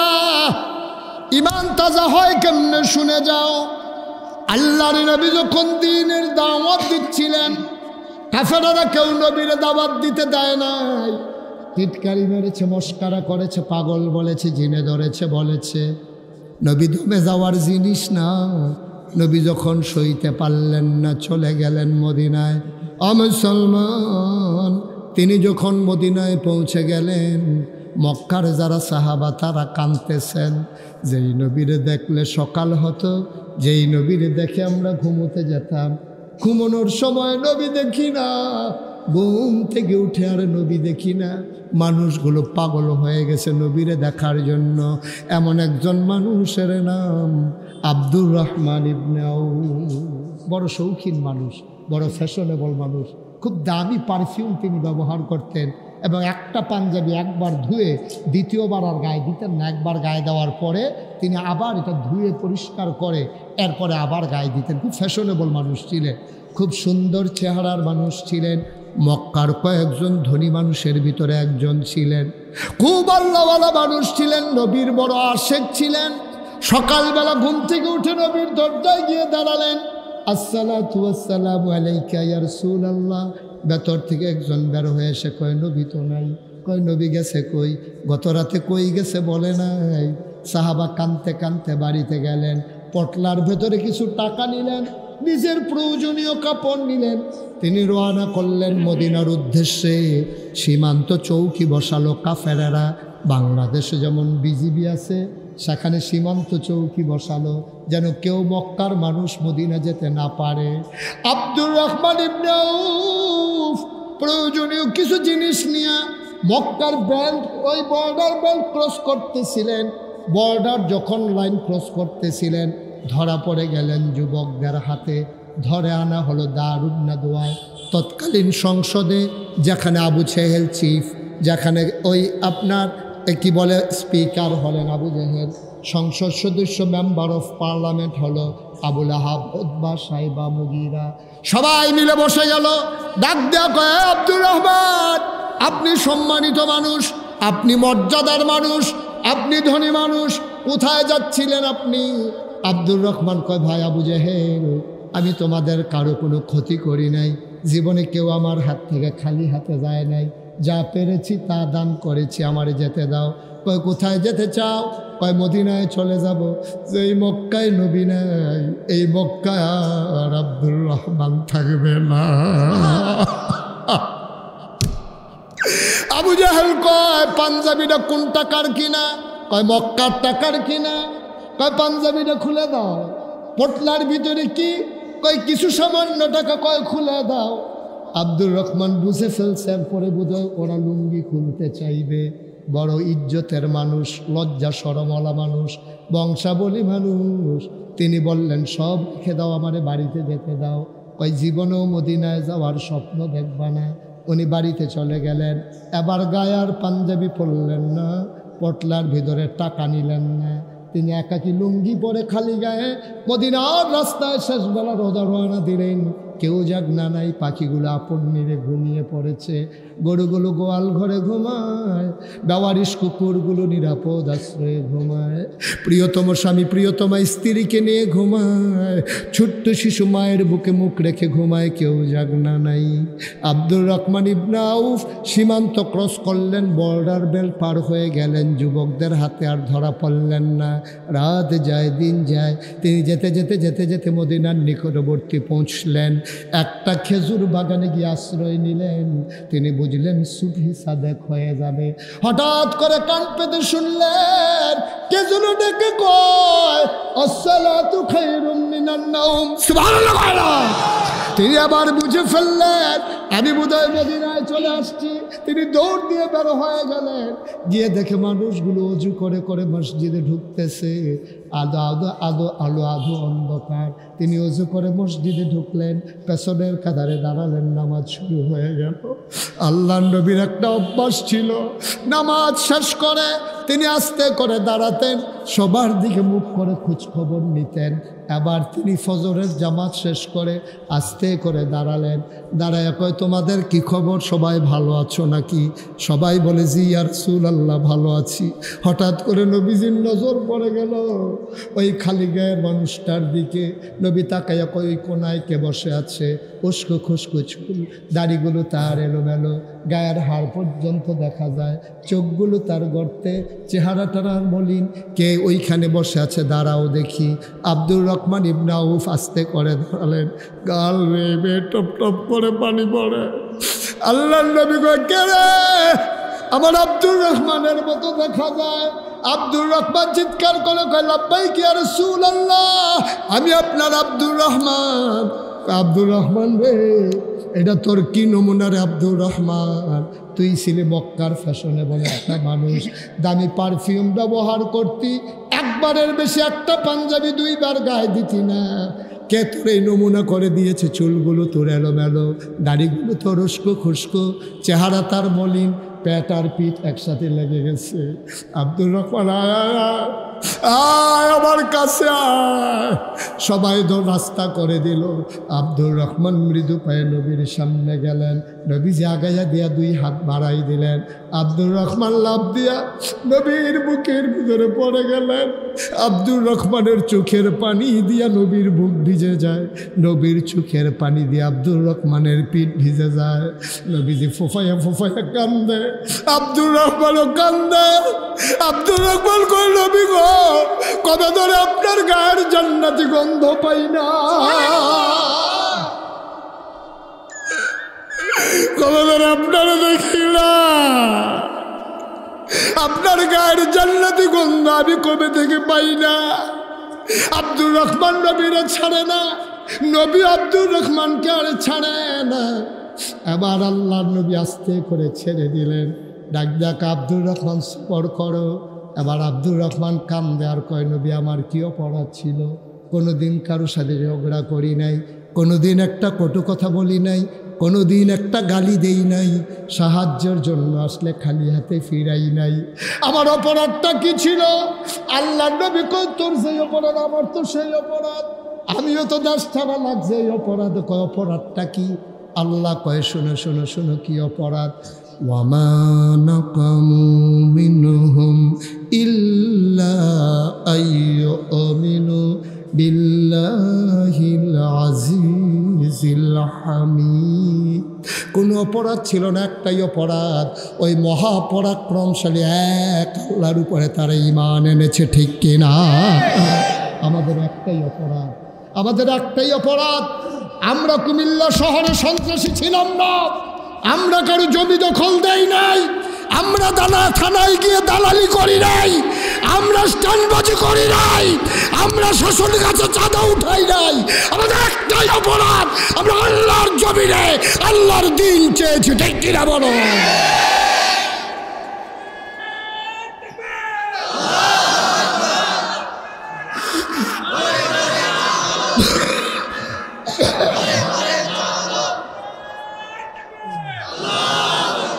সবাই পড়েন আমিন। আবার আসবো ইনশাআল্লাহ, কথা হবে। দেখা হবে ইনশাআল্লাহ। আমি তো আপনাদেরই মানুষ, আপনাদের প্রতিবেশী। আমি জুড়ে চিৎকার করলে আপনারা শুনবেন, আপনারা চিৎকার করলে আমি শুনবো। একেবারে আপনাদের কাছের মানুষ হয়ে গেছে। আমার অসুখতলাই আমার বাসা। আপনার ইচ্ছে করলে দৌড়ে গিয়েও দেখা করতে পারবেন। আবার আসবো ইনশাআল্লাহ, দেখা হবে মাহফিলে, কথা হবে কোনো এক ময়দানে। তবে সবার কাছে আমার একটা আবদার আছে। আয় ছেলে, সবার কাছে আমার একটা আবদার আছে। আপনারা জানেন, সোশ্যাল মিডিয়ায় দেখেছেন, প্রিন্ট মিডিয়া, ইলেকট্রনিক্স মিডিয়ায় দেখেছেন, নাগাইশ দরবার শরীফ আজকে 18 একর জায়গার উপর একটা কমপ্লেক্স, যেখানে 10টা প্রতিষ্ঠান। সেখানে আমি আল্লাহর খাস মেহরবানি আপনাদের সকলের সহযোগিতা নিয়ে 6000 লোক নামাজ পড়তে পারবে এইরকম একটা মসজিদের কাজ ধরেছি। বলেন আলহামদুলিল্লাহ। মসজিদের নিচতলায় হাসপাতাল, দোতলায় 3তলায় মসজিদ, একসাথে নামাজ পড়তে পারবে 6000 লোক। এই মসজিদের প্রাক্কলিত ব্যয় ধরা হয়েছে 30 কোটি টাকা। কয় কোটি? আমি নিজে গরিব মানুষ, এত ধনী মানুষ না। আমি নিয়ত করেছি 1 বছর মাহফিল। আয় ছেলে, এই তোমরা এরকম শুরু করলা কেন? 1 বছরে আমি যত মাহফিল করে যত হাদিয়া পাবো, পুরো 1 বছরের হাদিয়া আমার মসজিদ আমি দান করে দেব, নিয়ত করেছি। আমি 25 লক্ষ টাকা দিয়া তারপরে আমার মসজিদের কাজ শুরু করেছি। আপনাদের এই মঞ্জু আমার মসজিদের গর্বিত একজন সদস্য। আপনাদের এই মনির ঘরোয়া হোটেলের মনির, প্রফেসর মনির, উনি আমার মসজিদে দানের হাত বাড়িয়ে দিয়েছেন। আমি আপনাদের কাছে আবদার করি, জীবনে কোনো দিন মুশতাক ফয়েজ এই হাত পাতে নাই, বাংলাদেশের কারো কাছে হাত পাতে নাই, কিন্তু এই মসজিদ আমার স্বপ্ন, এই মসজিদ আমার অহংকার। আমি মাঝে মাঝে আল্লাহর সাথে কেঁদে কেঁদে বলি, আল্লাহ এই মসজিদ যদি শেষ হওয়ার আগে আমি মরে যাই, এই মসজিদ কে করবে? আমি আল্লাহর কাছে বলি, আল্লাহ তুমি না তোমার বন্ধু নবী বলেছেন, মাম বানা লিল্লাহি মসজিদান বানাল্লাহু লাহু বাইতান ফিল জান্নাহ, যে দুনিয়ায় মসজিদ বানাবে আল্লাহ নাকি জান্নাতে তার জন্য ঘর বানাবে। সুবহানাল্লাহ বলবেন না? আমি চাই সবাই মিলে এক জান্নাতে থাকতে পারি ওই মসজিদ বিনির্মাণের মাধ্যমে। এখানে যারা আছেন একটা দুঃখ দয়া করে খালি যাবেন না। আপনি 1000 টাকা দেন, আপনি 500টা টাকা দেন, আপনি 100টা টাকা দেন, আপনি 2টা টাকা দেন, তারপরে আপনি বলতে পারবেন যে 6000 লোক মসজিদে নামাজ পড়বে, ওই মসজিদে আমিও গর্বিত সদস্য, আমিও একজন নির্মাতা। আল্লাহ কবুল করবেন ইনশাআল্লাহ। একটা লোকও দয়া করে খালি যাবেন না, আমার আবদার। আর একটা আবদার হচ্ছে, এখন এশার নামাজ হবে, নামাজের পরপরই আমাদের আজকের মাহফিলের প্রধান আলোচক ডক্টর হিফজুর রহমান সাহেব খুব ভালো আলোচনা করেন, শুনলেই বুঝবেন উনি ইনশাআল্লাহ কথা বলবেন। আপনারা ছুটোছুটি করেন না। এই আমার মসজিদটার জন্য আমি হাতটা বাড়াইলাম।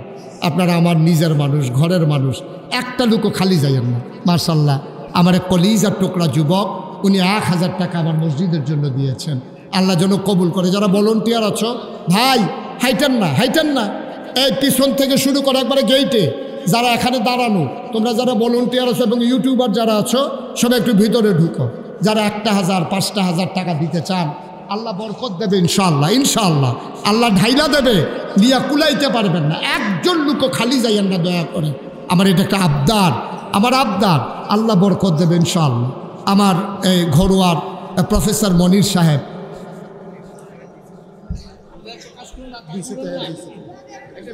এই মঞ্জু নাম্বারটা দিয়ে দেন আমার, ওই ওনার কাছে আমার বিকাশ নাম্বারটা না।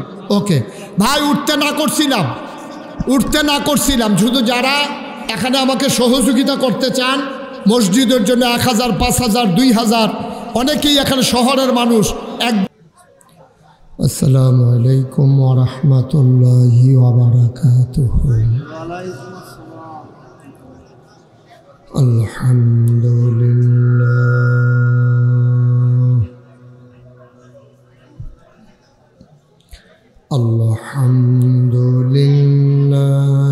নাহমাদুহু ওয়া নাস্তাঈনুহু ওয়া নাস্তাগফিরুহু ওয়া নাউযু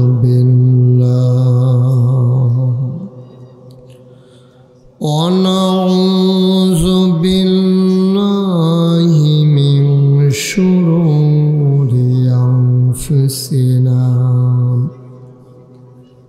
ওয়া মিন সাইয়্যাতি আমালিনা। من يهد الله فلا مضل له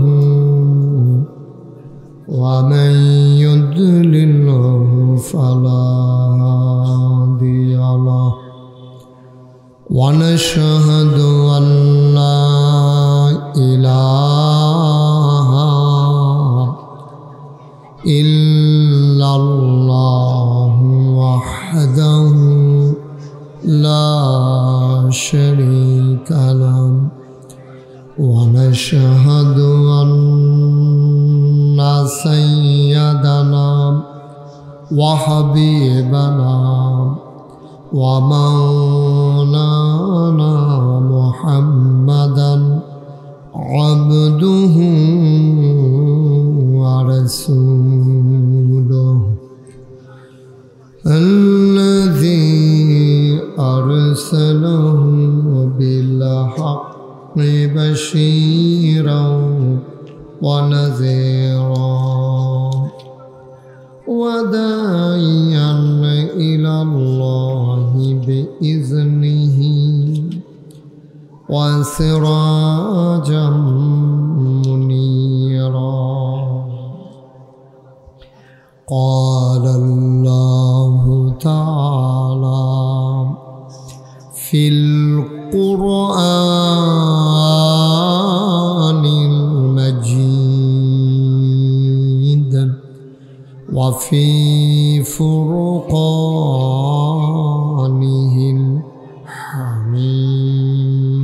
الحميد সবাই পড়ুন أعوذ بالله من الشيطان الرجيم بسم الله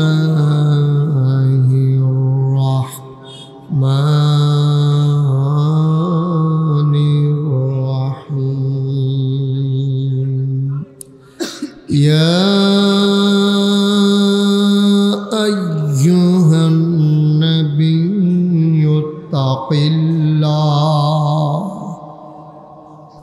ولا تطع الكافرين والمنافقين إن الله كان عليما حكيما واتبع ما يوحى إليك من ربك إن الله كان بما تعملون خبيرا وتوكل على الله وكفى بالله وكيلا إن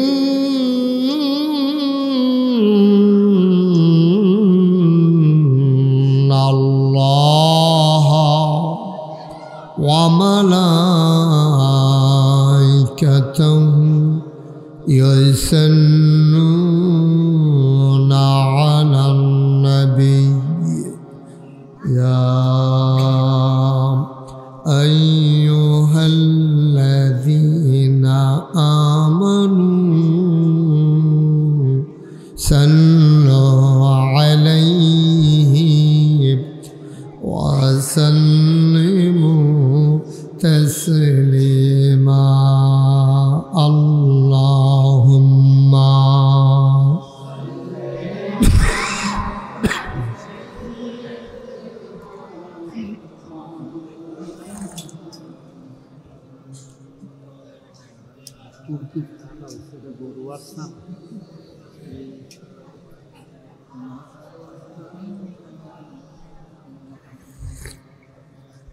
জোরে সুরে মহাব্বতের সাথে গলা ছেড়ে দিয়ে পড়ুন আল্লাহুম্মা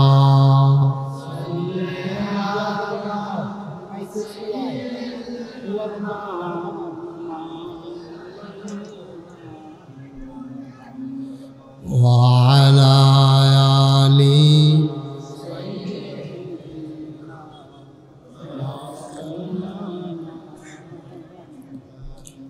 জীবন যদি যায় চলে যাক, ঈমান ছাড়া যাবে না। জীবন যদি যায় চলে যাক, ইসলাম ছাড়া যাবে না।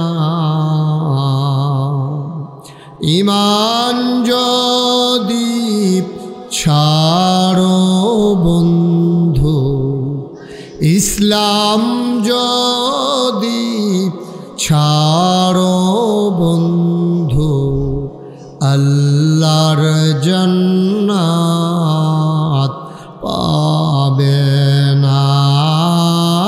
আল্লাহুম্মা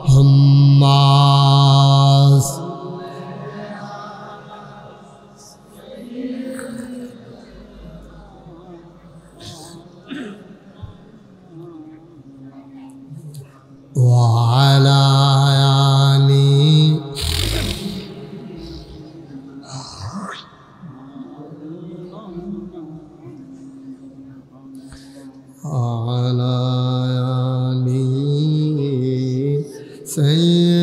سيدنا مولانا لا إله إلا الله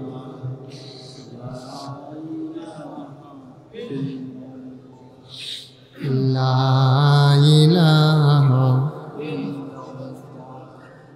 لا إله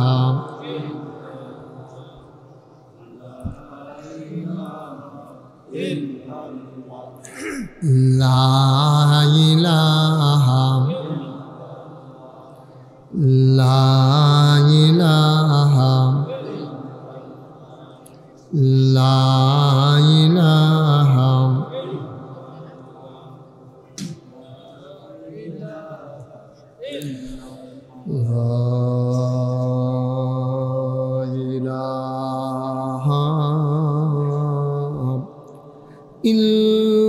ইল্লাল্লাহ মুহাম্মাদুর রাসূলুল্লাহ সাল্লাল্লাহু আলাইহি ওয়াসাল্লাম। আল্লাহুম্মা সাল্লি ওয়া সাল্লিম ওয়া বারিক আলাইহি। সবাই পড়ি আলহামদুলিল্লাহ। জুড়ে পড়ি আরো জুড়ে। আল্লাহ তাবারক ওয়া তাআলার দরবারে আমরা লাখ কোটি শুকরিয়া জ্ঞাপন করছি, যিনি আমাদেরকে ঐতিহ্যবাহী ঐতিহ্যধন্য কুমিল্লা সিটি কর্পোরেশনের একেবারে নিকটবর্তী একটি ইউনিয়ন, সে আদর্শ সদরের মদিনগর প্রাইমারি স্কুল খেতাসার সরকারি প্রাথমিক বিদ্যালয় মাঠে 15তম ঐতিহাসিক তাফসীরুল কোরআন মাহফিল উপলক্ষে আজ 21 নভেম্বর রোজ বৃহস্পতিবার বরকতময় দিন শেষে অন্ধকারের চাদর যখন পৃথিবী ঢেকে দিয়েছে, জানান দিয়েছে রাত হয়ে গেছে, স্বাভাবিকভাবে ক্লান্ত পরিশ্রান্ত অবসন্ন এ দেহ যখন আরাম চায়, এ দেহ যখন বিশ্রাম চায়, সব আরামকে হারাম করে দিয়ে সুজলা সুফলা সোনার বাংলাদেশের ঐতিহ্যধন্য জমিনে যিনি আমাদেরকে কিছু কথা শোনার, কিছু কথা বলার সুযোগ করে দিয়েছেন, হৃদয়ের সবটুকুন আবেগ, উচ্ছ্বাস, ভালোবাসা, আকতি কাকতি মিনতি জমা করে মাবুদের শিখানো কালেমা দিয়ে চিৎকার করে সবাই পড়ি আলহামদুলিল্লাহ। জনাব সাহেব সদর আজকের এই মাহফিল, জনাব সভাপতি, এই ভারত উপমহাদেশে যে দুটি খানদান ইসলামের সবচেয়ে বেশি খ্যাতমত করেছে, একটা হচ্ছে জৈনপুর আর একটা হচ্ছে ফুরফুরা। সেই জৈনপুর খানদানের এক সিংহ পুরুষ আলহাজ হজরত মৌলানা আবু মুসা আশহারি সিদ্দিকী সাহেব।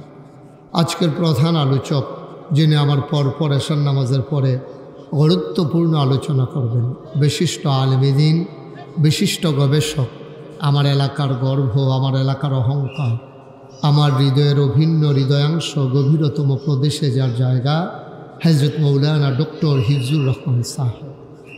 আজকের মাহফিলে উপস্থিত বিশেষ আলোচক বৃন্দ সবাইকেই আমি চিনি, সবার নামও এখানে লেখা আছে, কিন্তু নিতে গেলে তালিকা দীর্ঘ থেকে দীর্ঘতর হয়ে যাবে বিধায় আমি নিতে পারলাম না বলে দুঃখবোধ প্রকাশ করছি।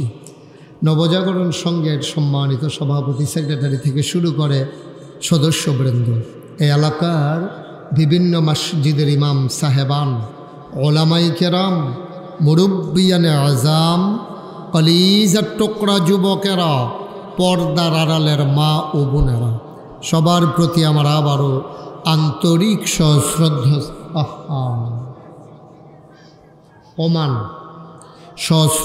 সালাম।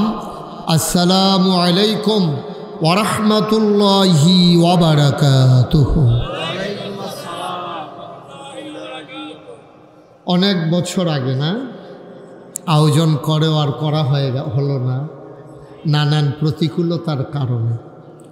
যারা কোরআনের আওয়াজকে বন্ধ করে দিতে চেয়েছিল, আজকে ওরা হারিয়ে গেছে, কোরআনের আওয়াজ ঠিক রয়ে গেছে। ঠিক যিনি আমাদেরকে এ অনুকূল পরিবেশে, অনুকূল মনোরম আবহাওয়ায়, অনুকূল পরিবেশে যিনি দ্বীনের কথা শোনার তৌফিক এনায়েত করেছেন। জায়গাটা একেবারেই বেশি ছোট হয়ে গেছে না, কিন্তু কিছু করারও নাই, কাছাকাছি আর বড় জায়গাও নাই। আবার ইনশাআল্লাহ ভবিষ্যতে যখন আসবো কোনো জমিনে যদি আয়োজন করা যায়, তখন লম্বা করে বড় করে সময় নিই। আজকে আমার সময়ও ছিল না, কিন্তু আসার খুব দরকার ছিল, সময় ছিল না, কিন্তু আসার খুব প্রয়োজন ছিল। এজন্য সময় না থাকার পরেও মাগরিবের পরের সময়টাকে বেছে নেওয়া লেগেছে।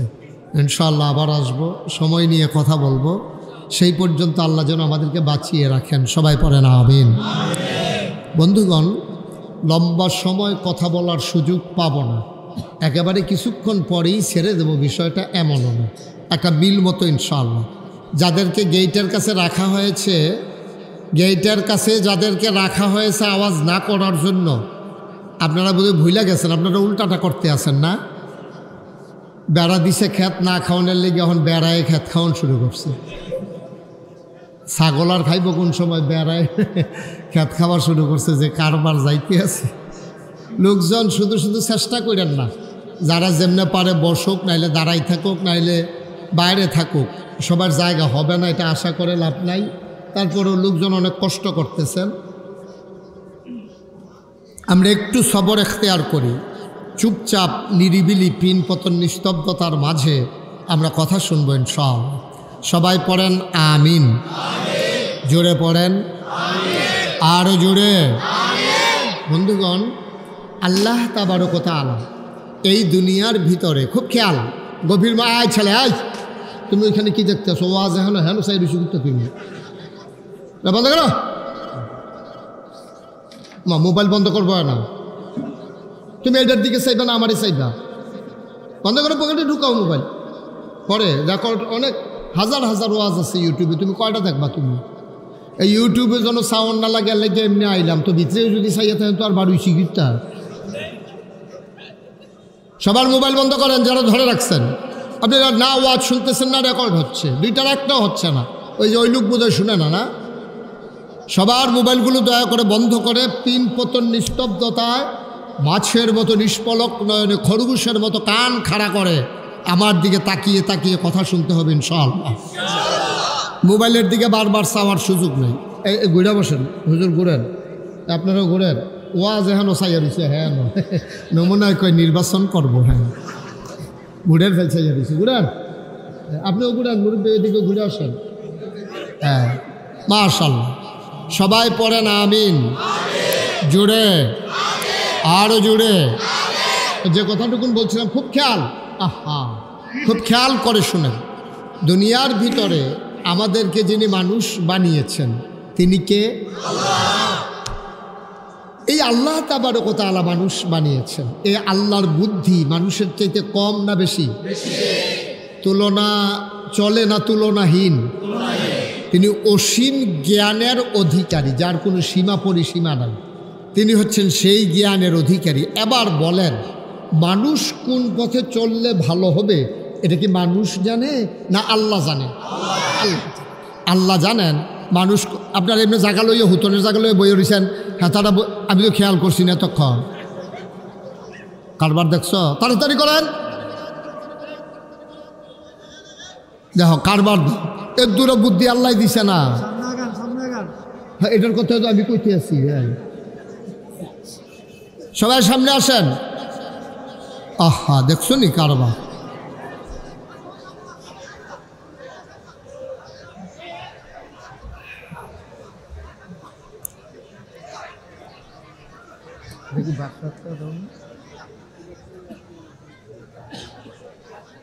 আমি তো কই গরুয়ার মতো লাগে গেলে তুমি বাচ্চা না দিয়ে এটা দিতে পারো।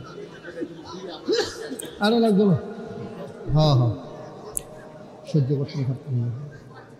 জি সবাই পড়েন। আপনি একটু বসতে হবে, আপনি বসতে হবে। এভাবে দাঁড়াই থাকলে আমি ডিস্টার্ব ফিল করছি। যে আপনি একটু বসেন একদম। জি সবাই পড়েন আমিন। তো যেই কথাটুকুন বলছিলাম, তা আল্লাহ তাবারক ওয়া তাআলা মানুষ বানিয়েছেন, এটাকে আমরা সবাই একমত। তাইলে মানুষ কোন পথে গেলে চললে ভালো হবে এটা কি মানুষ জানে না আল্লাহ জানে? আল্লাহ তাবারক ওয়া তাআলা এই জন্যে এই কোরআনুল কারীম 30 পারা কোরআন পাঠিয়েছেন। সময়ের ব্যবধানে, কালের পরিক্রমায় তিনি ধীরে ধীরে প্রয়োজন অনুপাতে এই কোরআনুল কারীমের 30 পারা 114 সূরা 6666 আয়াত পর্যায়ক্রমে ধীরে ধীরে নাজিল করেছেন। যেহেতু নবী আর আসবেন না, নবী নিজেই বলেছেন আনা খাতামুন নবিয়্যিন লা নবিয়্যা বা'দ, আমি হলাম সর্বশেষ নবী, আমার পরে আর নবী নাই। নবী যে আসবেন না তার সুস্পষ্ট প্রমাণ হচ্ছে কোরআনের সেই আয়াত। কোরআনে ঢোকার আগে মারদুদ শয়তান থেকে ফেলে হয়েছে, যিনি রহমান যিনি রাহিম তার নামে চলেন শুরু করি, সবাই পড়ি। আউযু বিল্লাহি মিনাশ শাইতানির রাজিম। বিসমিল্লাহির রাহমানির রাহিম। আল-ইয়াওমা আকমালতু লাকুম দীনাকুম ওয়া আতমামতু আলাইকুম নি'মাতি ওয়া রাদিতু লাকুমুল ইসলাম দীনা।